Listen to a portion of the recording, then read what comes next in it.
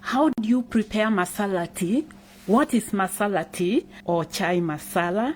And what makes the masala tea taste so different? So today I'm here to not only show you what masala tea is made of, but also to take you through a process to see how I prepare my masala tea. But let's start from the beginning, because chai is another word for tea. Whenever somebody says tea, there's no need to say to add chai, because chai is another word for tea. So welcome to today's session. So when we talk about masala tea, we are talking about specific spices that we add to our tea to make it special. So I'm taking you through the process of preparing tea masala or chai masala, and I'll start from the beginning, and that's by showing you the ingredients that I'm going to use. So here I have cinnamon, and that's also cinnamon, but we are not going to make use of all this. This you can use for so many weeks. So it's just to show you. Then we are going to use, I'm going to add cardamom. I'm going to add ginger. So I have fresh ginger. And we are going to add black pepper, long black pepper. I also have the regular pepper, the usual ones that we are all used to. But today I'm going to make use of the long pepper. There are a few more ingredients that I would like to show you. Of course, I'm going to use water. I'm going to use tea. And the tea I have is from Kenya. I've only packaged it in this container because usually I get it in the large paper container. After I open, I keep on serving it here to use that. We are also going to need turmeric. We are also going to need milk. But if you don't take milk, if you don't like milk, then no problem. You can still make your masala tea or your chai masala without milk. So no need to worry like, oh, in case what happens if I don't take milk. You can still enjoy your masala tea without milk. And there's one ingredient I've not shown you here because I'm using the last bit of it, and those are cloves. So the cloves which I had were not enough to show you, and also grind, because what I do, I already have the ready one that we are going to use, a mixture. You can see the cardamoms, you can see the cinnamon, the black pepper, and the cloves, because they are already ground. They are almost into a powder. I did not want to take you through all the noise, so that's why I have these ingredients already ground. And I usually like to use a mortar and a pestle, because I prefer the mortar and the pestle, because some elderly person told me that when I use this, the wooden stuff, then it retains a lot of nutrients from my spices. So that's why I stick to this, even though I could just put it in the blender and grind it very, very fast. There is the other ingredient which I showed you, that's the ginger. So I've already grated my ginger here, which we are going to use. So with that, let's move on to the next stage, which is now to prepare the masala tea. So I have my pot here. I've grated the ginger into the cooking pot. I'm just going to pour in the water. And there's nothing special that I'm doing, only that usually I don't like wasting food. I'm all about sustainability. So to remove all the ginger from the grater, I need to just splash the water to push it off. After that, I need you to pay special attention to the way I am mixing, because yes, there is a formula to this. Especially if you're going to use milk, then you really need to check what I'm doing. So what I'm going to do now is to add the ground spices together. So I'm going to add that to the mixture.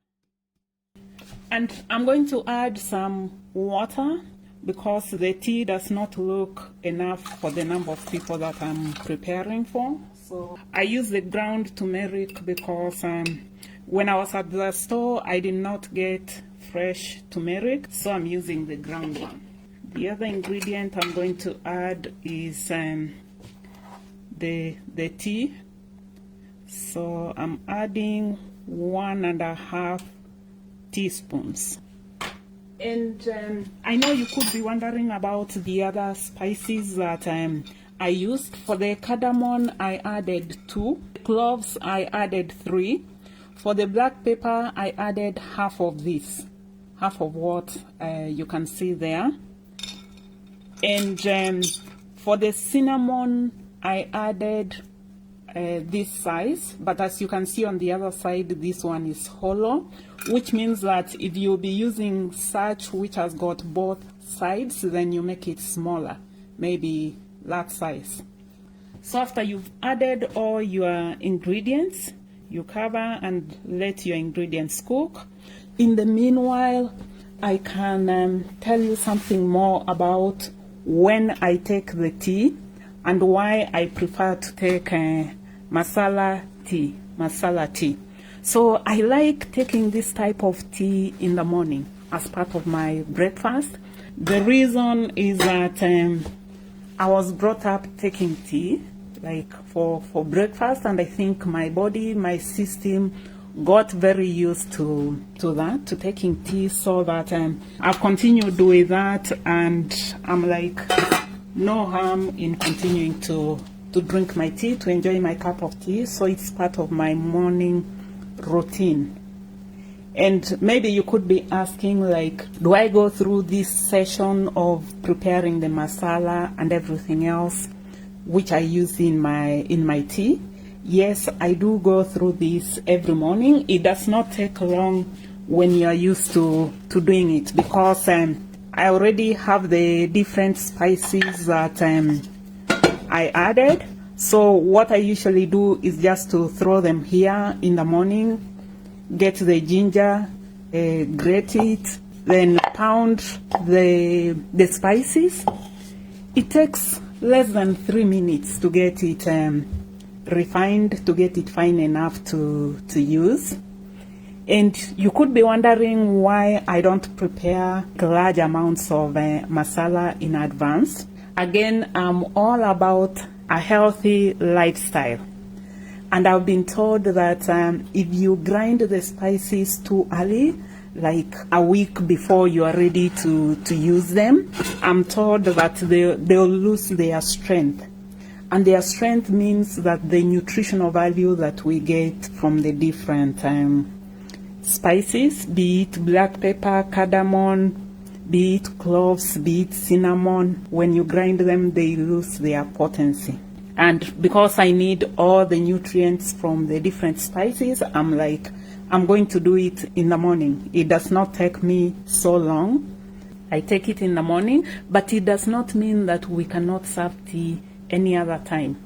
Especially in my home area, I come from Kenya. Whenever, growing up and even up to date, whenever a visitor arrives, the first thing that we give them is tea. And we also take tea, like if you go to Kenya, long time, I don't know if it's still done in Kenya, but in offices we used to serve tea at 10 o'clock in the morning and also at 4 p.m. in the afternoon. So even in some homes, we usually serve tea for breakfast, and sometimes the tea that remains, from breakfast, people can take it at 10 o'clock. 10 o'clock because people take breakfast by 7 a.m., other people 6 a.m. if they are leaving the house to travel to go to work, which means that taking tea at 10 o'clock is very understandable. And I know you might be wondering, like, tea served in offices, is it masala tea? Not necessarily. Masala tea is what I can call a specialty. It's a specialty. So you will find it in hotels and restaurants, and usually you have to specify what type of tea that you would like to have. So you can be like, do you have masala tea? Or when you ask for tea, the person will ask you, do you want regular tea or masala tea? And regular tea, they mean tea that you prepare from water, tea leaves, and milk. Or they might even ask you, if you say regular tea, they'll ask, do you want yours with milk or without milk? And then after that, they'll serve you. So yeah, let's continue preparing our masala tea.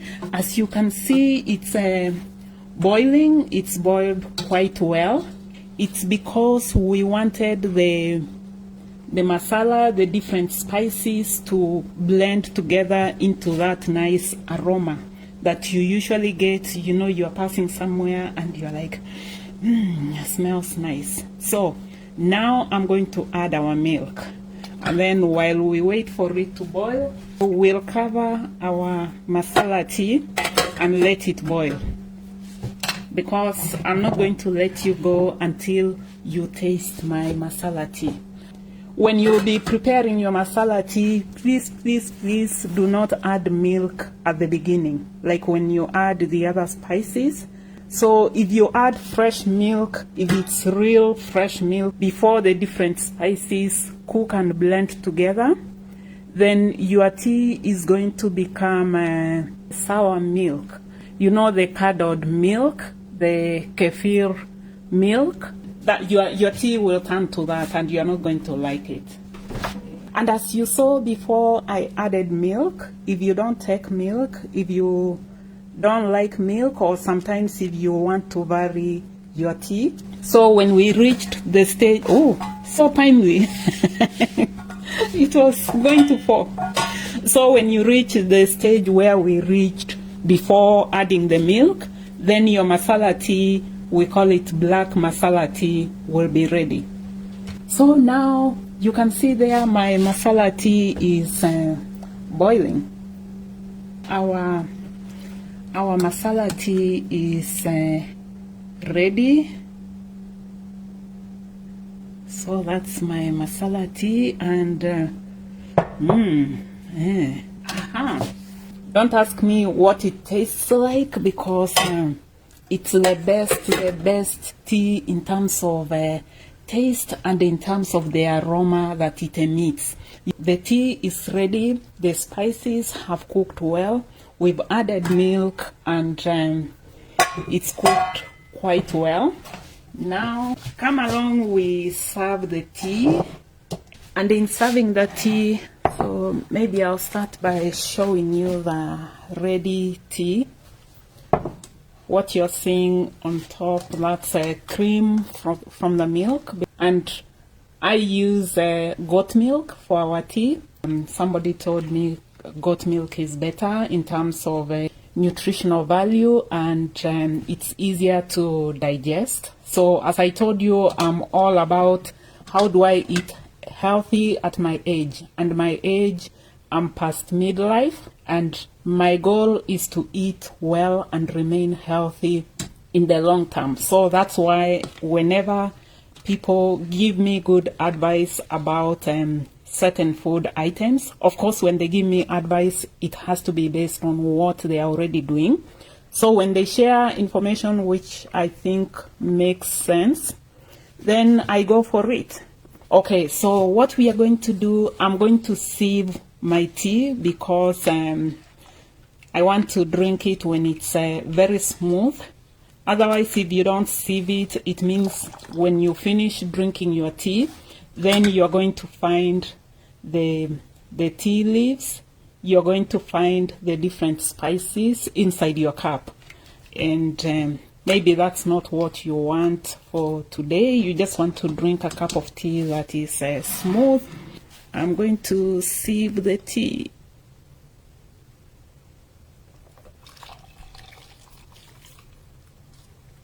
Because it has cleaned quite well. So yeah, oh, that's all that came out. because most of it is at the bottom of the cooking pot. And so you might be wondering what I have here. This is a waffle that I made earlier. So I'm going to enjoy my tea. I'm going to enjoy the waffle and also some tea. And on a different day, I'll be telling you about this waffle because it's not made out of wheat. It's not made out of wheat flour. It's not made out of corn flour. So again, back to my eating healthy. One day or next time, I'll be showing you how I prepare this very nutritious filled waffle. Yeah, that's what I call it. I say it's filled with goodness because for me at my age, I'm really trying to reduce the amount of wheat products that I take. It's not that I'm intolerant, but at my age, it might be harder for my body to digest a lot of wheat. So I'm not going to stop eating foods that I used to like, like waffles. I've always liked them, but I invented another way of eating the waffles. So stay tuned. I'll be sharing with you a recipe for this. And today we've had our tea. We've prepared tea masala, and I guess from here you are now confident enough, you feel confident enough to prepare your delicious tea masala or chai masala with a lot of confidence. And I guess if you reach somewhere and you are like, oh, what did she do at this stage? That's the beauty of having these videos still online. You come to my channel and you watch again, you go and prepare your delicious tea masala or chai tea. Okay, so for today, that's all that I have to share with you. If you've enjoyed the session, if you've learned something from me showing you how to prepare tea masala chai, then please like the video and also comment, share with us. Maybe you can start by telling me, have you ever prepared tea masala? What did you include? Like, what were the ingredients? So for now, it's a thank you for coming this far with me. And if you would like to continue watching my different recipes, which are geared towards people who are over the age of 50, 60, or even people who are over the age of 40, 50, 60 and up, because that's what I'm focusing on, healthy eating. If you would like to learn more, then click the next video here and come along with me on this journey. Otherwise, for now, it's a goodbye. Bye-bye.